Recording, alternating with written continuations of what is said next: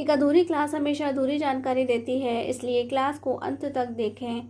सभी को नमस्कार। मैं Hemlata Verma HC² Hemlata coaching classes में आप सभी का स्वागत करती हूं। और आज की इस क्लास में हमारे चैनल की रेगुलर स्टूडेंट इशिका वर्मा की डिमांड पर MCQs और वेरी शॉर्ट क्वेश्चंस की सीरीज़ को लेकर आए हैं। और इन्हीं क्वेश्चंस को कंबाइन करके शॉर्ट क्वेश्चंस भी पूछे जाते हैं। और यदि आपका कॉन्सेप्ट क्लियर है तो ये क्वेश्चन आपको असर्शन और रीज़न के क्वेश्चंस में भी हेल्प करेगा। और अब आप पेन और कॉपी लेकर के तैयार हो जाइए, क्योंकि इन सभी क्वेश्चंस का आंसर हमारे बताने से पहले आपको कॉपी पर लिखते जाना है और चेक करना है कि आप कितने क्वेश्चंस का सही आंसर दे पाए हैं। तो चलिए स्टार्ट करते हैं। फर्स्ट क्वेश्चन है, व्हाट इज लाइट? प्रकाश क्या है? हमारे चैप्टर की शुरुआत ही इसी लाइन से हुई थी कि व्हाट इज लाइट, प्रकाश क्या है। Light is a form of energy which enables us to see the objects. प्रकाश एक प्रकार की ऊर्जा है जिसकी हेल्प से हमें वस्तुएं दिखाई देती हैं। सेकंड क्वेश्चन है, the phenomenon of bouncing back of light is called. Hindi में कहेंगे प्रकाश का टकराकर उसी माध्यम में लौट जाने की घटना कहलाती है। तो इसका जवाब दीजिए। इसका आंसर है reflection. Bouncing back of light क्या होता है? रिफ्लेक्शन। और हिंदी में हम कहेंगे परावर्तन। थर्ड क्वेश्चन है, right the relation between focal length and radius of curvature. Hindi में फोकस दूरी तथा वक्रता त्रिज्या के बीच में संबंध लिखिए। तो इसका आंसर है F = R/2। Question number 4, all the distance are measured from the of spherical mirror. यानी कि स्फेरिकल मिरर में हम कहाँ से डिस्टेंस को मेजर करते हैं? गोलीय दर्पण में सभी दूरियों को से मापा जाता है। तो कहाँ से मापा जाता है उस जगह का आपको नाम लिखना है। तो उसका राइट आंसर क्या है? पोल। पोल यानी कि ध्रुव। ध्रुव से नापा जाता है। Light travels in a dash lines. प्रकाश रेखाओं में चलता है। तो यहाँ पे लाइन भी लिखा हो सकता है, लाइन्स भी लिखा हो सकता है, आपको सेंस निकालना है। Light travels in a straight line. प्रकाश सरल रेखा में चलता है, यानी कि सीधी रेखा में चलता है। What is the reflection of light? प्रकाश का परावर्तन क्या होता है? देखिए पूरी फुल डेफिनेशन है, आपको आती है तो फटाफट से लिख दीजिए। और क्वेश्चन नंबर 7 है, right the types of mirror. दर्पण के प्रकार लिखिए। हमने आपको मिरर बहुत अच्छे से पढ़ाया है, इसलिए आपको पता होना चाहिए। और क्वेश्चन को ध्यान से समझें। हमने टाइप्स ऑफ मिरर पूछा है, ये नहीं पूछा है कि कौन से मिरर के कितने टाइप्स होते हैं। आपको मिरर का ही टाइप बताना है कि मिरर कितने टाइप्स के होते हैं, यानी कि दर्पण के कितने प्रकार होते हैं। क्वेश्चन नंबर 8 है, find the focal length of concave mirror whose radius of curvature is 32 centimetre. तो आपको वहां पर R की वैल्यू 32 मिली है और आपको F की वैल्यू को फाइंड करना है। और वह बता रहे हैं कि कॉनकेव मिरर है। मिरर कोई सा भी हो, फॉर्मूला सेम होता है। यदि एक अवतल दर्पण की वक्रता त्रिज्या 32 सेंटीमीटर है तो उसकी फोकस दूरी याद कीजिए। आपको R की वैल्यू मिली है, F की वैल्यू फाइंड करनी है। इसका आंसर आएगा 16, यानी कि हमें 2 से डिवाइड करके बताना है कि जो उसका फोकस है वह 16 सेंटीमीटर होगा। क्वेश्चन नंबर 9 है, राइट 2 प्रॉपर्टीज ऑफ लाइट। तो प्रकाश के 2 गुण लिखिए। हमने आपको काफ़ी प्रॉपर्टीज कराई हैं और ये जो चैप्टर है वो पूरा चैप्टर ही क्या है? लाइट की प्रॉपर्टीज के ऊपर है। तो फटाफट से आप कोई से भी 2 बता सकते हैं, इसकी कोई सी भी 2 प्रॉपर्टीज बता सकते हैं। और अगर मैं अपने आंसर की बात करूं तो मैंने यहाँ पे रिफ्लेक्शन और रिफ्रैक्शन को चुना है, यानी कि परावर्तन और अपवर्तन। इसके अलावा भी हमने काफ़ी प्रॉपर्टीज लिखवाई हैं, आप उन्हें भी लिख सकते हैं। नेक्स्ट है, the angle of incidence is equal to the angle of dash. यानी कि इंसिडेंट एंगल किसके इक्वल होता है? हिंदी में आपतन कोण तथा डैश कोण बराबर होते हैं। आपतन कोण किस कोण के बराबर होता है? तो आप सभी को बहुत अच्छे से याद होगा, फटाफट से लिखिए। क्या लिखेंगे? रिफ्लेक्शन। इंसिडेंस और रिफ्लेक्शन जो एंगल होते हैं आपस में इक्वल होते हैं, यानी कि आपतन कोण और परावर्तन कोण आपस में बराबर होते हैं। नेक्स्ट है question number 11, if the focal length of a convex mirror is 25 centimetre.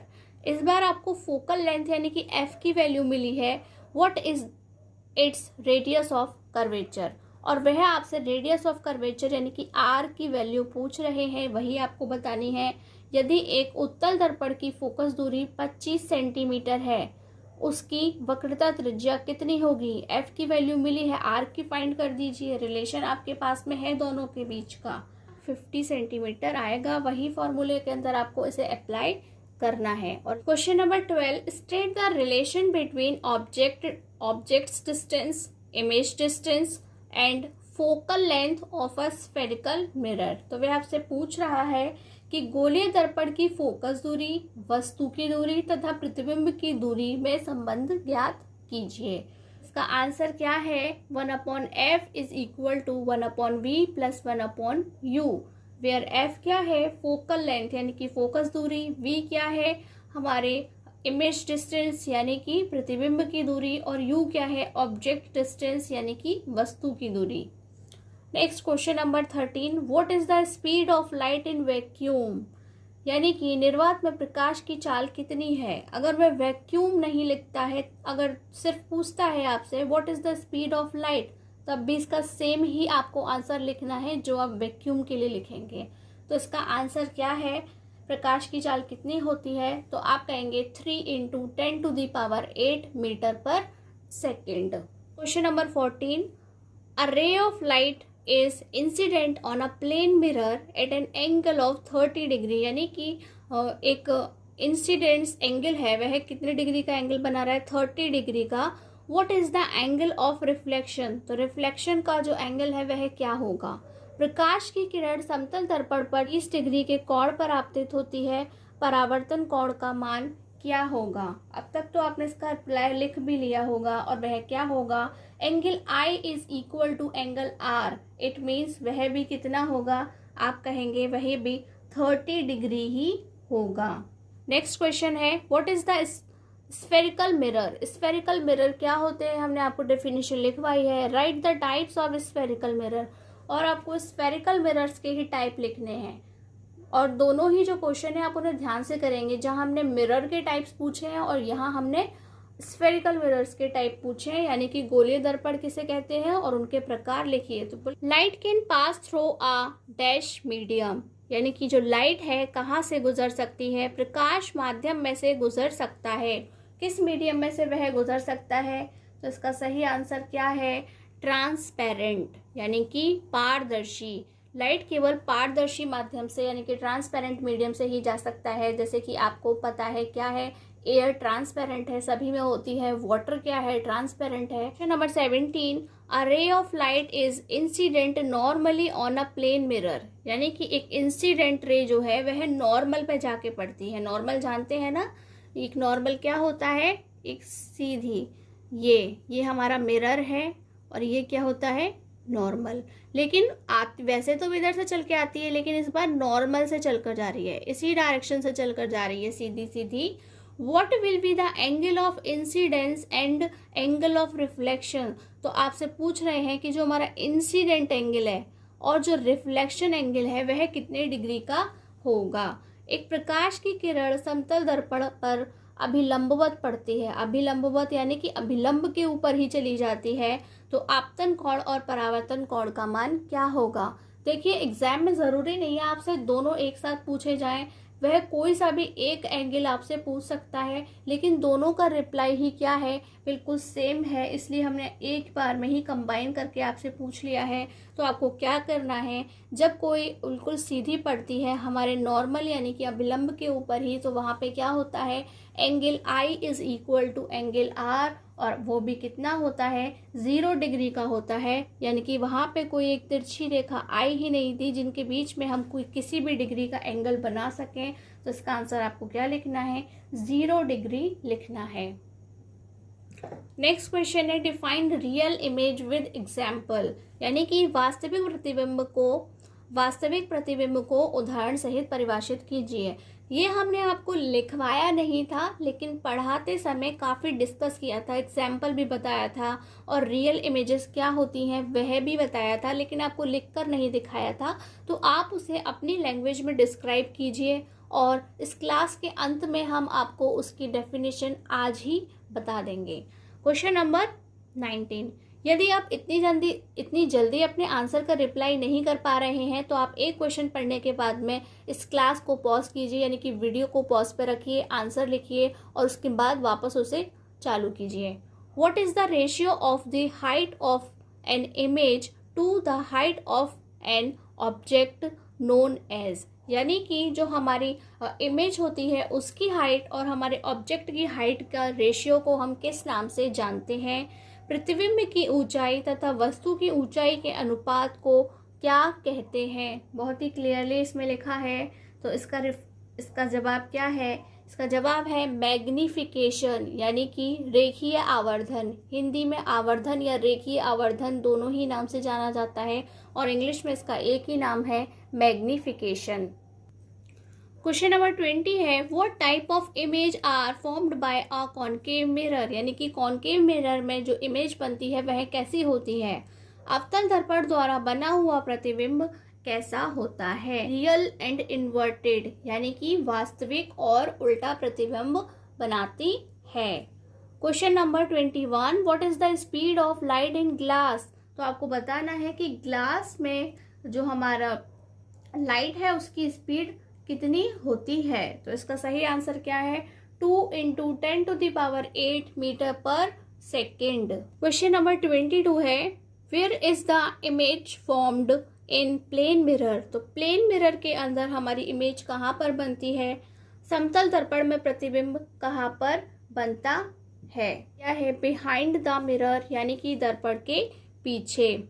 Next है, define virtual image with example, यानी कि आभासी प्रतिबिंब को उदाहरण सहित परिभाषित कीजिए। तो ये भी हमने आपको क्लास के दौरान बताया था, समझाया था, एग्जाम्पल भी बताया था, लेकिन डेफिनेशन नहीं लिखवाई थी। तो आप उसे अपने ही वर्ड्स में डिस्क्राइब करके लिखिए और क्लास के अंत में हम उसकी डेफिनेशन आज आपको दे देंगे। Question number 24, what type of image are formed by a convex mirror, यानी कि कॉन्वेक्स मिरर में कैसी इमेज बनती है। उत्तल दर्पण द्वारा बना हुआ प्रतिबिंब कैसा होता है। वर्चुअल एंड इरेक्ट, यानी कि आभासी और सीधा प्रतिबिंब बनता है। नंबर 25 है, if the magnification has plus sign then the image is dash and dash, यानी कि अगर मैग्निफिकेशन है उसमें प्लस लिखा हुआ है वैल्यू में, तो उसका जो इमेज है वह कैसा होगा। यदि आवर्धन धनात्मक हो तो प्रतिबिंब डैश और डैश होता है। देखिए ये सभी कुछ हमने आपको अपनी क्लासेस के दौरान बहुत अच्छे से क्लियरली पढ़ाया है। वर्चुअल एंड इरेक्ट, यानी कि आभासी और सीधा। क्वेश्चन नंबर 26 है, objects that are produce light their own are called, यानी कि ऐसे ऑब्जेक्ट्स जिनकी अपनी खुद की लाइट होती है उन्हें क्या कहते हैं। ऐसी वस्तुएं जो स्वतः प्रकाश उत्पन्न करती हैं कहलाती हैं। तो इसका सही जवाब क्या है, ल्यूमिनस ऑब्जेक्ट, यानी कि प्रदीप्त वस्तुएं। 27, the image is always dash dash and dash in plane mirror, यानी कि प्लेन मिरर में कैसी इमेज बनती है आपको यहाँ लिखना है। समतल दर्पण में प्रतिबिंब सदैव डैश डैश तथा डैश का होता है। तो आपको क्या लिखना है, virtual, erect and same sized. ठीक है, कैसी इमेज बनती है, virtual, erect and same sized, यानी कि आभासी, सीधा व वस्तु के आकार का प्रतिबिंब बनता है। क्वेश्चन नंबर 28 है, a concave mirror dash rays of light whereas a convex mirror dash rays of light, यानी कि जो कॉनकेव मिरर होता है और कॉन्वेक्स मिरर होता है वह लाइट रेस को क्या करता है। अवतल दर्पण प्रकाश की किरणों को डैश करता है, जबकि उत्तल दर्पण प्रकाश की किरणों को डैश करता है, कन्वर्जिस करता है। क्या करता है, लाइट रेस को कन्वर्जिस करता है, यानी कि आप कहेंगे इकट्ठा करता है। अगर ये मेरी हाथ की उंगलियां लाइट रेस हैं तो वह क्या करता है, उन्हें कन्वर्जिस करता है, यानी कि इस तरह से इकट्ठा करता है।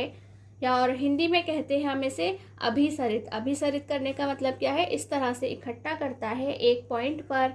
और जो हमारा कॉन्वेक्स मिरर है, यानी कि हमारा उत्तल दर्पण है, वह क्या करता है, वह डाइवर्ज करता है। क्या करता है, डाइवर्ज, यानी कि इनको इस तरह से और फैला देता है। तो यह क्या है, डाइवर्जिस करता है और हिंदी में उसे हम अपसरित कहते हैं। 29 है, a ray of light which is parallel to the principal axis of a convex mirror. यानी कि ये कॉन्वेक्स मिरर में एक रे लाइट आ रही है और वह कैसी है, पैरेलल, किसके पैरेलल है, प्रिंसिपल एक्सिस के पैरेलल है। Appears to be coming from, और ऐसा लग रहा है वह कहाँ से चलकर आ रही है, after reflecting from the mirror. तो आपको बताना है कि रिफ्लेक्शन के बाद में वह कहाँ से चलकर आ रही है, ऐसा आपको लग रहा है। उत्तल दर्पण में मुख्य अक्ष के समांतर चलने वाली किरण परावर्तन के पश्चात डैश से आती हुई प्रतीत होती है। तो आपको याद होगा हमने आपको 3 रे डायग्राम्स जो रूल्स थे रे डायग्राम्स बनाने के वह लिखवाए थे, ये उन्हीं में से एक हमारा रूल है। तो इसका सही जवाब क्या है, वह फोकस से आती है या आती हुई प्रतीत होती है। और हिंदी में भी आप उसे फोकस या मुख्य फोकस लिखेंगे। क्वेश्चन नंबर 30 है, if the magnification has minus sign then the image is dash and dash. यानी कि अगर मैग्निफिकेशन का जो आंसर है उसमें माइनस का साइन आता है तो इमेज कैसी बनेगी। यदि आवर्धन ऋणात्मक हो तो प्रतिबिंब डैश और डैश होता है, रियल एंड इन्वर्टेड, यानी कि वह वास्तविक और उल्टा प्रतिबिंब बनाती है। क्वेश्चन नंबर 31 है, where is the image when you look at something in a mirror. जब आप किसी वस्तु को दर्पण में देखते हैं तो उसका प्रतिबिंब कहाँ बनता है।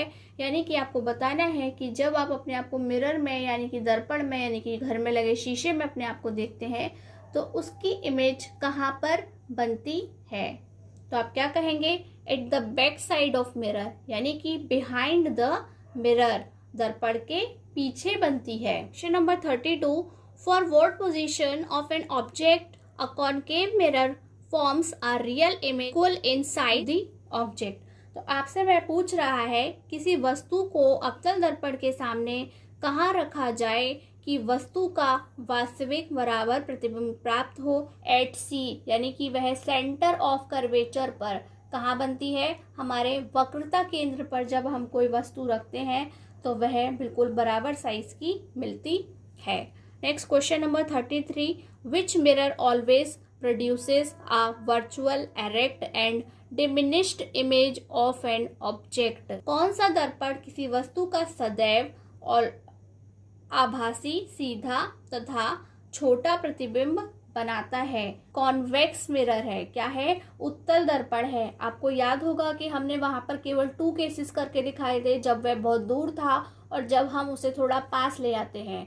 क्योंकि वहां पर किसी भी प्रकार का कोई चेंज नहीं आता है, इसलिए हम उन्हें कहीं पर से भी देखें, पास से दूर से, वे हमेशा एक जैसा ही इमेज बनाते हैं। 34, what is the speed of light in diamond.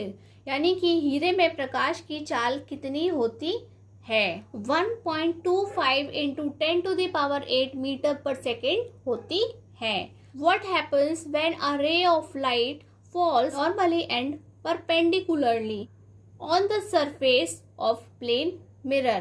तो वे आपसे पूछ रहे हैं क्या होता है जब प्रकाश की किरण अभिलंबवत समतल दर्पण पर पड़ती है। तो आपको रिप्लाई में लिखना है, द लाइट रे reflected back along the same path. यानी कि परावर्तन के पश्चात प्रकाश किरण उसी मार्ग से वापस लौट जाती है। 36, where should an object be placed in front of the concave mirror so as to obtain its virtual erect and magnified image। magnified यानी कि enlarged image। किसी वस्तु को अवतल दर्पण के सामने कहाँ रखा जाए कि वस्तु का प्रतिबिंब आभासी, सीधा तथा बड़ा प्राप्त हो। बिटवीन F एंड P, यानी कि फोकस और पोल के बीच में। हिंदी में क्या कहेंगे, ध्रुव व फोकस के बीच में जब वस्तु को रखा जाता है तो हमें उसका virtual erect and magnified image मिलता है। 37, विच mirror has a wider field of view. यानी कि किस दर्पण का दृष्टि क्षेत्र अधिक होता है। इसका क्या अर्थ है कि ऐसा कौन सा मिरर है जिसमें से हम बहुत सारा एरिया को कवर करके देख सकते हैं। कॉन्वेक्स मिरर यानी कि उत्तल दर्पण, इसीलिए हम क्या करते हैं, उन्हें रियर व्यू की तरह गाड़ियों में लगाते हैं जिससे पीछे से आने वाली ट्रैफिक को हम देख पाते हैं। नेक्स्ट है question number 38, according to the new Cartesian sign convention for mirrors.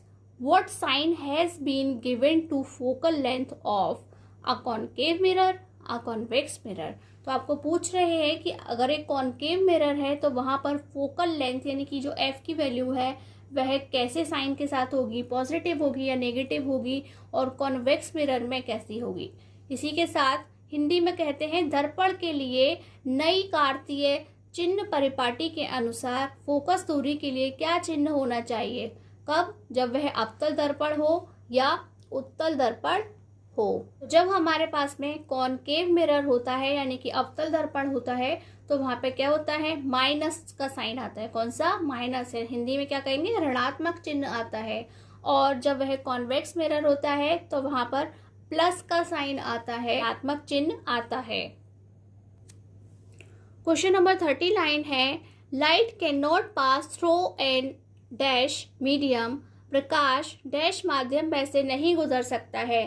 तो वह कैसे माध्यम से नहीं गुजर सकता है? इंग्लिश में कहेंगे ओपैक, और हिंदी में क्या कहते हैं, अपारदर्शी। वह अपारदर्शी माध्यम वैसे नहीं गुजर सकता है। जैसे कि आपने देखा लकड़ी 40, बहुत ही ध्यान से करने वाला क्वेश्चन है। A ray of light strikes a plane mirror, एक प्लेन मिरर पर एक रे ऑफ लाइट स्ट्राइक करती है at an angle of 40 degree. कैसे 40 डिग्री का एंगल बनाती है टू द मिरर सरफेस, लेकिन वह तो मिरर सरफेस के साथ में एंगल बनाती है। What will be the angle of reflection, reflection का एंगल क्या होगा।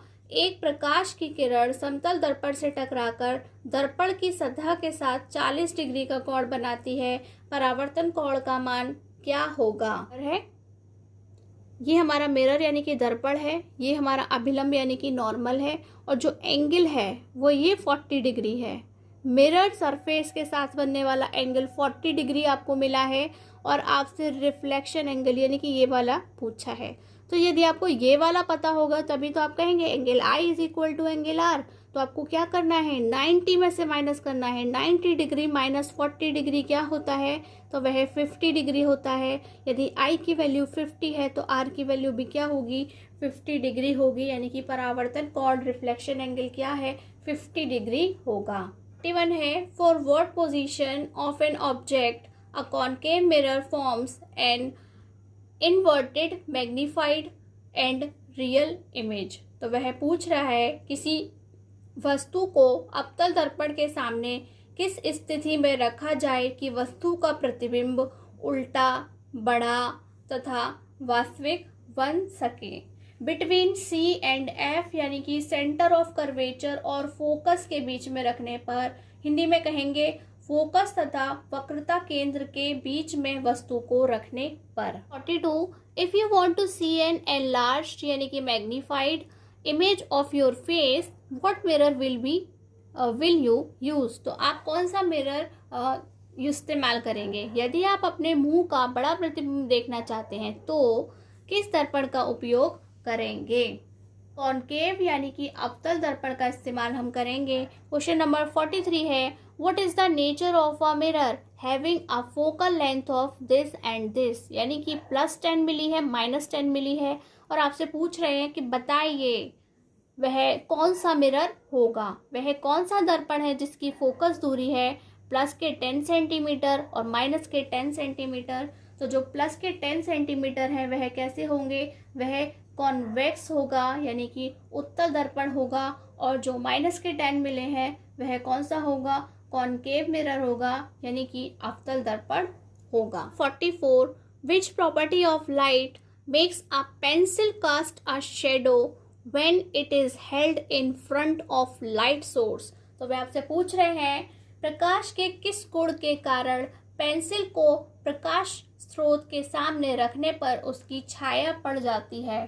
तो सिर्फ पेंसिल ही नहीं, आप देखेंगे कि आपकी भी छाया बन जाती है। इसका सही रीजन है light travels in a straight lines, क्योंकि लाइट भी हमारे साथ में सीधी रेखा में चल रहा होता है, प्रकाश सीधी रेखा में या सरल रेखा में चलता है। 45, what kind of mirror is required for obtaining a virtual image of the same size as the object? बिंब के समान आकार का आभासी प्रतिबिंब प्राप्त करने के लिए किस प्रकार के दर्पण की आवश्यकता होती है। प्लेन मिरर यानी कि समतल दर्पण, जिसमें यानी कि आप अपने आप को घर में शीशे में देखते हैं, वही क्या है, आपका एक वर्चुअल और सेम साइज्ड इमेज होता है।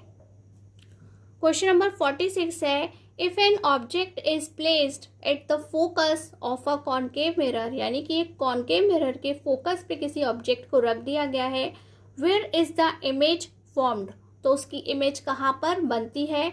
यदि एक वस्तु अवतल दर्पण के फोकस पर रखी है तो उसका प्रतिबिंब कहाँ बनेगा। बहुत ही अच्छा सा क्वेश्चन है ये। इन्फिनिटी पर यानी कि अनंत पे बनेगा, यानी कि बहुत बहुत बहुत दूर बनेगा। 7 आपको बताना है ट्रू और फॉल्स।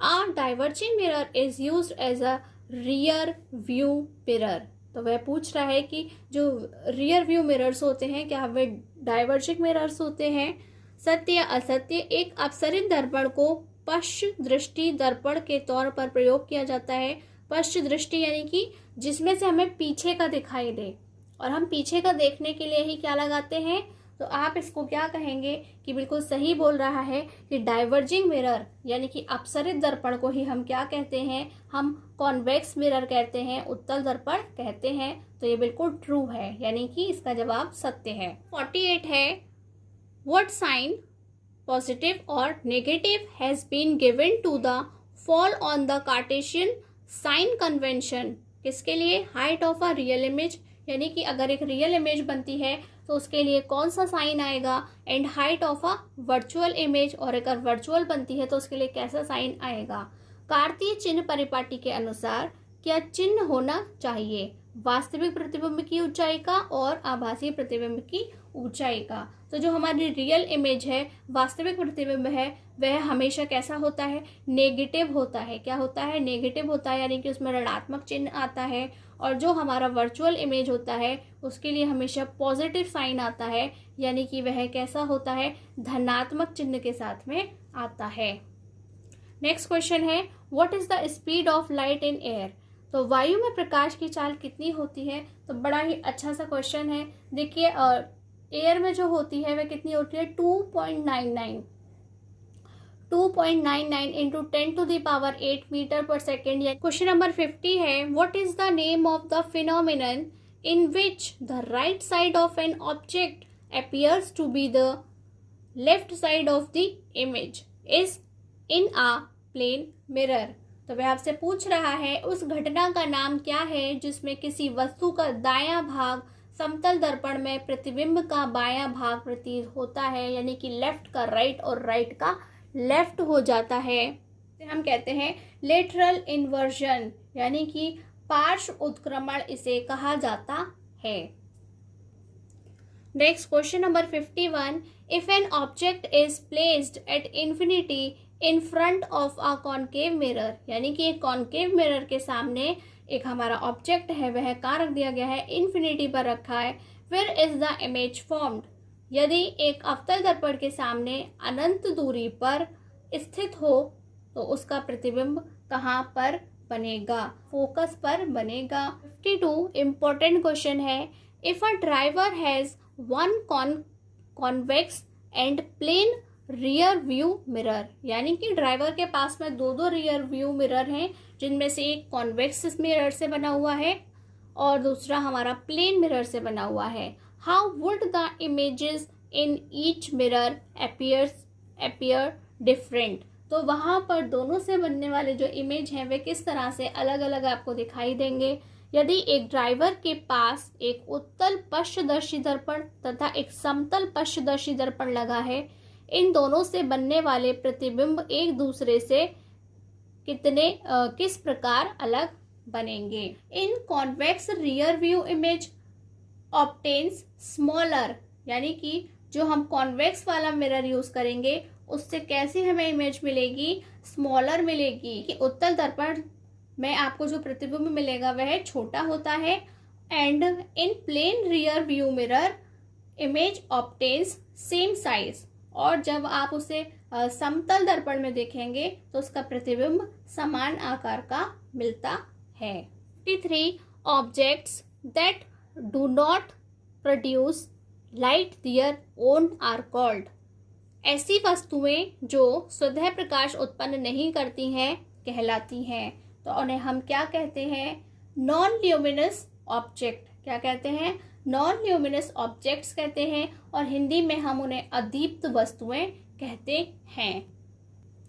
क्वेश्चन नंबर 54 है, for what position of an object a real and diminished image is formed by a concave mirror. तो आपसे पूछ रहे हैं कि कॉनकेव मिरर में हम अपने ऑब्जेक्ट को कहाँ रखें कि हमें रियल और डिमिनिश्ड इमेज मिल जाए। एक वस्तु को अवतल दर्पण के सामने किस स्थिति में रखा जाए कि वस्तु का प्रतिबिंब वास्तविक तथा अत्यंत छोटा प्राप्त हो। एट इन्फिनिटी यानी कि वस्तु को अनंत पर रखेंगे तो हमें उसका छोटा और वास्तविक प्रतिबिंब प्राप्त होता है। 5 है, what type of mirror is represented by the back side of a shining steel spoon and B है front side of a shining steel spoon। देखिए, जब हमने आपको पढ़ाया था उस दौरान भी हमने आपको ये सिखाया था कि किसको हम किस तरह के मिरर के फॉर्म में कंसीडर करते हैं। निम्नलिखित प्रश्नों में कौन से दर्पण को प्रदर्शित किया गया है? एक चमकदार स्टील की चम्मच का पिछला भाग यानी कि पीछे का भाग, एक चमकदार स्टील की चम्मच का अगला भाग यानी कि आगे का भाग। फर्स्ट क्वेश्चन है, बैक साइड यानी कि जो उसका पिछला भाग है वह कौन सा कहलाएगा? उसे हम कॉन्वेक्स मिरर के नाम से जानते हैं। फ्रंट साइड है यानी कि जो हमारा अगला भाग है जो हमें सामने से दिखाई देता है वह कौन सा है? वह कॉनकेव मिरर है यानी कि वह अवतल दर्पण का काम करता है। क्वेश्चन नंबर 56 है, what is the speed of light in water यानी कि जल में प्रकाश की चाल कितनी होती है? तो इसका सही आंसर क्या है? 2.25 इंटू 10⁸ मीटर पर सेकेंड। और जितनी भी हमने आपको स्पीड ऑफ लाइट लिखवाई थी अलग अलग मीडियम्स में, उसके लिए हमने आपको एक बहुत प्यारी सी छोटी सी स्टोरी डायग्राम के थ्रू कनेक्ट करके बताई थी। यदि आप उसे फॉलो करेंगे तो आप आसानी से सभी की वैल्यूज़ को याद रख पाएंगे। 57, which type of mirror could be used as a dentist mirrors, headlights of a car, torch reflector, solar furnace, shaving mirrors, table lamps, search lights, steamers, makeup mirrors, railway engines, beam light, dish antenna etcetera. यानी कि ये जितने भी हमने आपको नाम लिखे हैं कि जो मिरर है ये सिर्फ एक ही टाइप के मिरर के लिए लिखे हैं। निम्नलिखित वस्तुओं में कौन से दर्पण का प्रयोग किया जाता है डॉक्टरों द्वारा जांच करने में? जरूरी नहीं है डेंटिस्ट ही करे, कोई और भी कर सकता है। गाड़ियों में लगी लाइट में, टॉर्च में, सोलर फर्नेस में। सोलर फर्नेस क्या होता है? सोलर हीटर के अंदर इसका इस्तेमाल होता है। दाढ़ी बनाने में, है ना, शेविंग करने में यानी कि टेबल लैंप में, सर्च लाइट में, स्टीमर्स में, तैयार होने में यानी कि रेडी होने में, मेकअप करने में, रेलवे इंजनों में, बीम लाइट में, और डिश एंटीना यानी कि जो आपके घर पर टेलीविज़न को चलाने के लिए एंटीना लगा हुआ है उसको लगाने में कौन से मिरर का इस्तेमाल किया जाता है। और ये जो सभी चीज़ें आपको छांटनी नहीं है, हमने ऑलरेडी आपको एक ही जगह इकट्ठा कर दे दिया है। तो इसका जो सही जवाब है वह क्या है? Concave mirror. तल दर्पण में आपसे क्वेश्चन एग्जाम के अंदर किसी एक या दो चीज़ों के लिए पूछ लिया जाएगा और आपको उसके लिए बताना होगा, या फिर वे आपसे यूज़ ऑफ कॉनकेव मिरर यानी कि अवतल दर्पण के 2 उपयोग लिखिए, 1 उपयोग लिखिए, 4 उपयोग लिखिए, ऐसा क्वेश्चन पूछ सकते हैं। तो आप यहीं से उसका जवाब दे सकते हैं। 58, which type of mirror could be used as a rear view mirror? Sunglasses, street lights, security यानी कि सीसीटीवी, और शॉपिंग सेंटर्स एट्सेट्रा। तो इन सभी चीज़ों में या सभी जगहों पर किस मिरर का हम इस्तेमाल करते हैं? निम्नलिखित में से कौन से दर्पण का प्रयोग किया जाता है? गाड़ियों में ड्राइवर की सीट के पास लगा दर्पण यानी कि पश्चदर्शी दर्पण, धूप के चश्मे बनाने में, सड़क पर लगे खंभों की लाइट, सुरक्षा की दृष्टि से लगे हुए कैमरों यानी कि सीसीटीवी में, बड़ी बड़ी दुकानों व मॉलों में इत्यादि। कॉन्वेक्स मिरर यानी कि उत्तल दर्पण का उपयोग इन सभी चीज़ों को बनाने में किया जाता है। तो आप ध्यान से क्वेश्चन को अच्छे से ठीक से समझिए, हो सकता है वह किसी और तरीके से लिखकर भी आपसे पूछ सकते हैं। 59 है, a man standing in front of a special mirror, यानी कि अब आप को एक आदमी को एक स्पेशल मिरर यानी कि खास शीशा है, दर्पण है, उसके सामने खड़ा करते हैं। Finds his image having a very small head, यानी कि उसे अपना सिर बहुत छोटा दिख रहा है। अ फेट बॉडी, और अपना बचा हुआ शरीर उसे कैसा दिख रहा है, उसे अपना शरीर मोटा लग रहा है। And legs of normal size, और उसे अपने पैर बिल्कुल नॉर्मल लग रहे हैं जैसे कि हैं। विच mirror is used in top part of the mirror, यानी कि उस खास जो स्पेशल वाला मिरर है उसके टॉप पार्ट में कौन सा मिरर लगा हुआ है, मिडिल पार्ट में कौन सा मिरर लगा हुआ है, बॉटम पार्ट में कौन सा मिरर लगा हुआ है। ये एक खास दर्पण के सामने खड़े होकर देखता है कि उसके प्रतिबिंब में उसका सिर बहुत छोटा, शरीर मोटा तथा पैर अपने ही आकार के लग रहे हैं। कौन से दर्पण का प्रयोग किया गया है, दर्पण के ऊपरी भाग में, दर्पण के मध्य भाग में और दर्पण के निचले भाग में।